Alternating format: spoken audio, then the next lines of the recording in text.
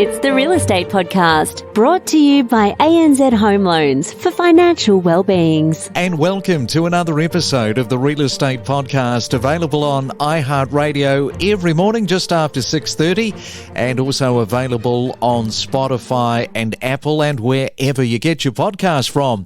Tuesday morning is here, the 4th day of October for 2022. Of course, today the interest rate rise. We will find out later this afternoon what is happening, and we will bring you the result just as soon as that is announced. Coming up this morning, we are going to be talking with Hamish there in Brisbane about the Brisbane $3 million suburb in Teneriffe.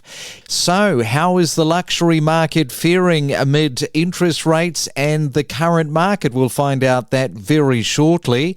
Meantime, CoreLogic's latest pain and gain report is out, which accessed 102,000 property sales. CoreLogic's head of research, Eliza Owen, said that this particular pain and gain report provides a line in the sand and confirms the moment when the housing market peaked and started to turn. Now, CoreLogic found that interest rate hikes have induced a price softening in Sydney and Melbourne, but other capitals remain strong with sale price gains. In fact, if you look at Melbourne and Adelaide, they've recorded an increase in the number of properties selling under the hammer last Saturday, October the 1st. And Domain Figures shows that there were 735 properties to auction last Saturday. Now, the clearance rate rising a tad across the combined capitals, hitting 60.2%. And interestingly, that is the highest clearance rate since April. And just as importantly, is the fourth consecutive week higher than 55%. So that is encouraging. It is heading upward. It's your weekday real estate breakfast with news, interviews and predictions every morning on the Real Estate Podcast. Hey, if you're celebrating your birthday for October the 4th, you are in good company. Susan Sheridan, she is celebrating her birthday. She's turning 75 today. So happy birthday to you if you are celebrating your birthday. Janice Joplin from the history books, she died on this day way back in 1970. And also on this day, WikiLeaks is launched and created by internet activist Julian Assange. That happened on this day back in 2006.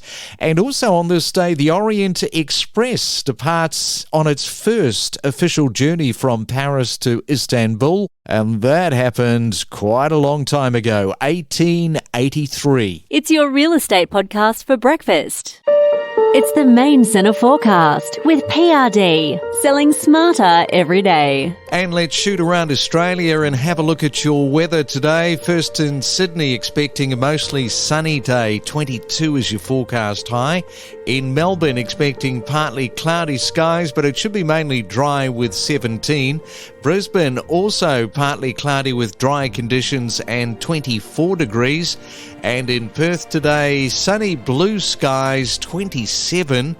And a nice hot day in Perth. Enjoy your day. We talk with leading property commentators with analysis, predictions, forecasts and what's trending every morning from 6:30. Well, it was reported last week by PropTrack that Brisbane now has its first $3 million suburb, revealing Teneriffe is the spot to be there in Brisbane, with its median house price jumping by another 16% in the past year.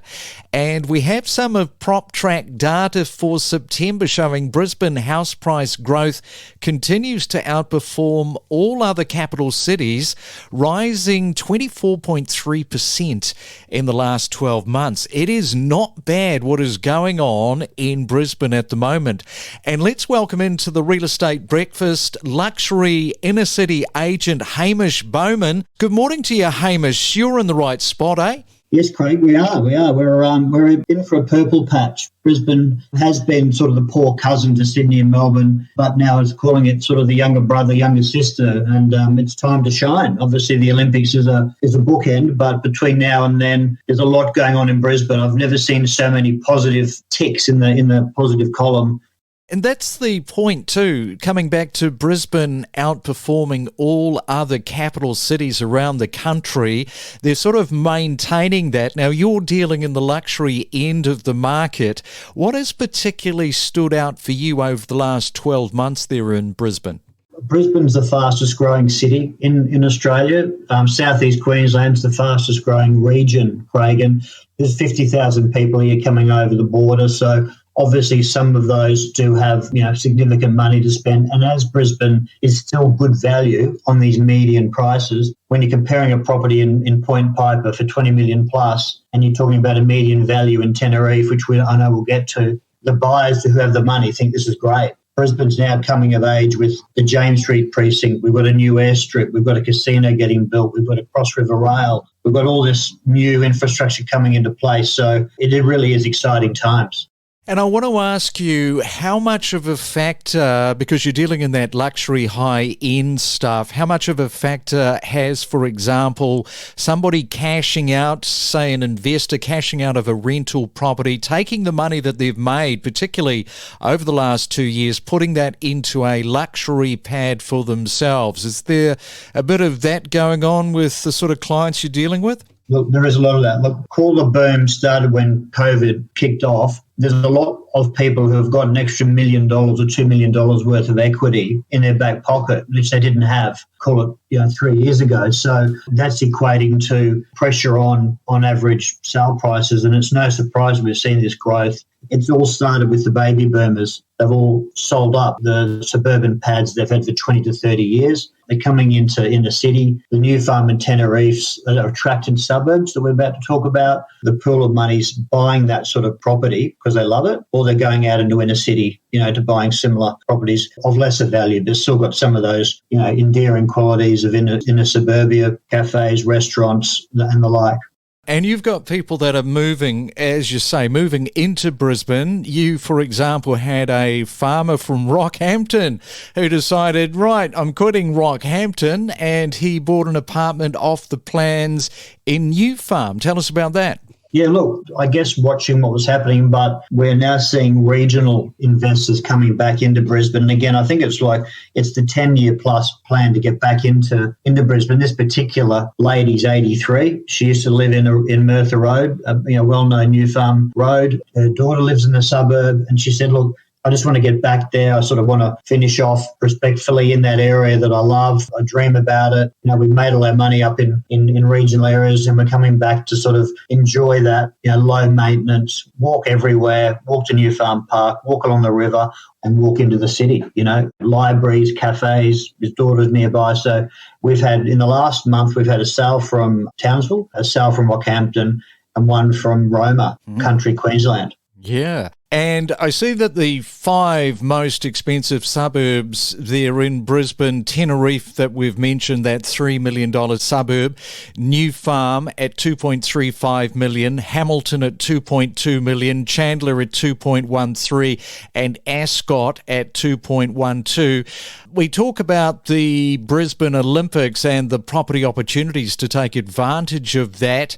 How much of a factor is that at the moment? Is that starting to sort of poke its head through the parapet with investors starting to look towards the Olympics? It is. Look, Brisbane's mirroring Barcelona as a city that they want to follow as a successful road up to the Olympics and beyond, and the property market as well. So what they're doing, all this infrastructure that's coming in now, a lot of these buyers are saying to us, look, we may as well get in now. The property market's stabilising, obviously, so it's not heated, so they don't feel like they're buying at the top of the market. And what's happening, we've also found, Craig, is that a lot of these buyers are actually having 2 homes. So they'll keep a home in New South Wales or Casuarina or Byron Bay or Noosa, which may have been their beach house back in the day, but now they're spending half their time there and half the time in this new asset they've bought, which they're going to use potentially not all the time, which is an interesting dynamic.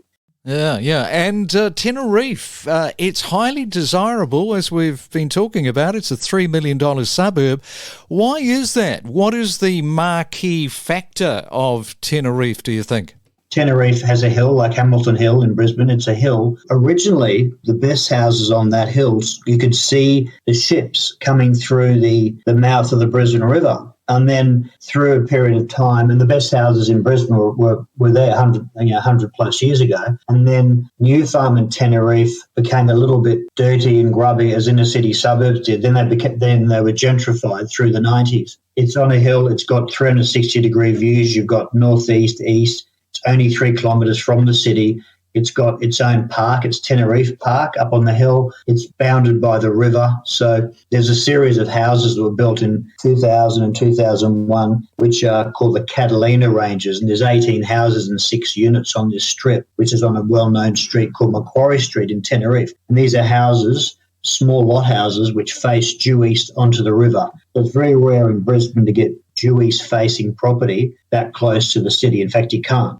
That's, river, hill, proximity to the city, and obviously the restaurant. It's the best restaurant culture and facilities in Brisbane, obviously in southeast Queensland. They're in these suburbs in Teneriffe and New Farm. Yeah. All right. Well, that sort of gives us a little bit of an idea. We'll leave it there and let you get on with it this morning, Hamish. Thank you so much for joining us on the Real Estate Podcast. Thanks very much for the opportunity, Craig. We connect you to the best real estate information across Australia. The Real Estate Podcast.